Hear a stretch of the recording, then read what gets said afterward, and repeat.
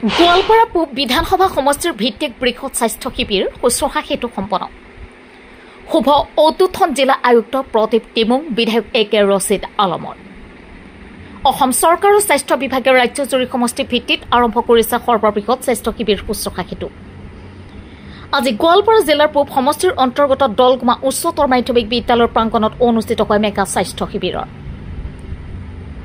গোৱালপাৰা জিলা আয়ুক্ত প্ৰদীপ টিবুং আৰু পূবী গোৱালপাৰা সমষ্টিৰ বিধায়ক AK ৰছিদ আলমৰ লগতে জিলা বিজেপি সভাপতি দীপাংকৰ কুমাৰ নাথে ৰঙা ফিটা কাটি এই শিবিৰৰ শুভ উদ্বোধন কৰে।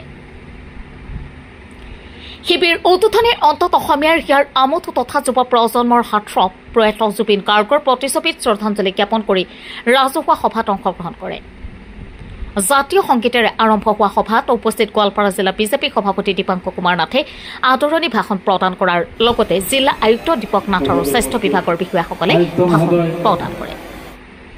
পূবী গোৱালপাৰা সমষ্টিৰ বিধায়ক AK ৰছিদ আলমে ভাষণ প্ৰসংগত ৩০ গৰাকী অভিজ্ঞ চিকিৎসা বিশেষজ্ঞই অংশগ্ৰহণ কৰা শিবিৰত বিভিন্ন ৰোগত আক্ৰান্ত প্ৰায় ৫,০০০ ৰোগীক পৰীক্ষা কৰাৰ ব্যৱস্থা কৰা হৈছে বুলি জানিব দিয়ে।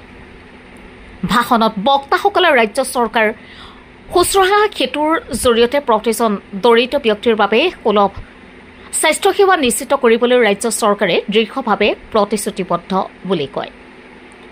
তদুপৰি এই আঁচনিৰ অধীনত ৰোগ নিৰ্ণয় আৰু চিকিৎসা সেৱা প্ৰদানৰ উপৰিও জটিল ৰোগৰ বাবে অনলাইন যোগে GMC বা অন্য উন্নত চিকিৎসালয়ত চিকিৎসা প্ৰদানৰ ব্যৱস্থা কৰা হ'ব বুলি জনায়। বিশেষকৈ ১৮ বছৰৰ বয়সৰ তলৰ শিশু আৰু কিশোৰীসকলক বিশেষ গুৰুত্ব প্ৰদান কৰা হৈছে। উল্লেখ্য যে এই স্বাস্থ্য শিবিৰত সমষ্টিটোৰ অন্তৰ্গত বিভিন্ন বিদ্যালয়ৰ ছাত্ৰ ছাত্ৰীকে ধৰি কেইবা সহস্ৰাধিক বিভিন্ন বয়সৰ পুৰুষ মহিলাই অংশগ্ৰহণ কৰে। মাটিয়াৰ পৰা চাহানুৰ ইছলামৰ ৰিপৰ্ট MT নিউজ। আজি জিলা উপায়ুক্তক ধন্যবাদ দিম যে লগতে স্বাস্থ্যৰ লগত যিখিনি বিষয়াসকল আছে এই ভিতৰুৱা অঞ্চলত গোটেই বিশেষকৈ দুখীয়া অঞ্চলত যে এনেকুৱা স্বাস্থ্য শিবিৰ পাতিলে তাৰ কাৰণে ধন্যবাদ দিম। আৰু বিশেষকৈ মোক এই স্বাস্থ্য শিবিৰটো মোক মুখ্য অতিথি হিচাপত বা উদ্বোধন কৰাৰ কাৰণে আমন্ত্ৰণ কৰাৰ কাৰণে মই জিলা উপায়ুক্ত সকলোকে ধন্যবাদ দিছোঁ। আৰু বিশেষকৈ ইয়াৰ মেইন উদ্দেশ্যটো হ'ল যে বহুত দুখীয়া মানুহ এতিয়া গুৱাহাটী গৈ নাপায়, তেওঁলোকৰ বহুত বেমাৰ আছে, নিজে গাত ৰাখি পুহি বাচি আছে, কিন্তু এই স্বাস্থ্য শিবিৰত তেওঁলোকে নিজৰ স্বাস্থ্যটো পৰীক্ষা কৰি এই বেমাৰবিলাক ধৰা পেলাব পাৰিব। আৰু সেই বেমাৰ ধৰাৰ পিছত আৰু সেইখিনি আমাৰ বেছি ডাঙৰীয়াই কৈ গ'লে যে বিনামূলীয়া হিচাপত সেইটো চিকিৎসা কৰা হ'ব। ইয়াৰ দ্বাৰাই ৰাইজ উপকৃত হ'ব আৰু কিজানি ডাঙৰ ডাঙৰ বেমাৰ ধৰা পৰিলেও তাৰ পৰাই নিশ্চয় বেমাৰ মুক্ত হ'ব। এই ক্ষেত্ৰত চৰকাৰৰ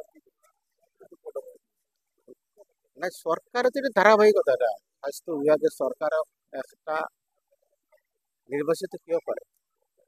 জনকল্যাণৰ কাম কৰাৰ কাৰণে, যত হিতৰ কাৰণে কাম কৰাৰ কাৰণে। যদি এইবিলাক কাম কৰাৰ কাৰণে যে বিশেষকৈ এটা ধন্যবাদ দিব লাগিব, সেইটো নহয়। ধন্যবাদ খুজিব নালাগে। বেমাৰক ভাল কৰাৰ পিছত যদি মই ধন্যবাদ খোজো, এইটো খুব বেয়া কথা। এই ক্ষেত্ৰত চৰকাৰক ধন্যবাদ দিয়া নিদিয়াৰ কথাই নুঠে, এইটো কৰ্তব্য, এইটো ডিউটি চৰকাৰৰ। হয়, মই ধন্যবাদ জনাইছোঁ সকলো আমাৰ পূব গোৱালপাৰা ৰাইজক আৰু আমাৰ পূব গোৱালপাৰা জিলাৰ বিধায়ককো ধন্যবাদ জনাইছোঁ। তেখেতে উপস্থিত আছে, তেখেতে সঁহাৰি জনাইছে। আমি জলেশ্বৰতো আশা কৰিছিলোঁ, জলেশ্বৰত তেখেত উপস্থিত নাছিলে।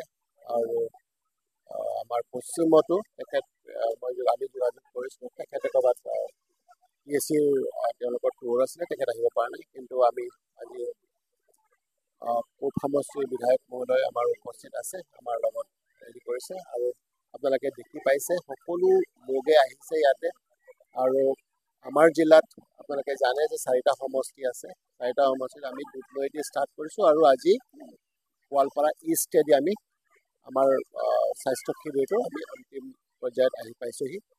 আৰু আমাৰ শিবিৰটো মই ক'ব লগা মানে কিছুমান জেগাত আমি কম বেছ দেখা গৈছে সমষ্টিত। আমাৰ মানে অলমষ্ট আইডেণ্টিকেল নিচিনাই আছে যে 3,000 3,500 পৰা 4,000 বা 5,000 এনেকুৱা আমাৰ ভিতৰত 4,000 বা 5,000 ভিতৰত আমাৰ ফুটফল আহিছে প্ৰত্যেকটো কেম্পত আৰু প্ৰায়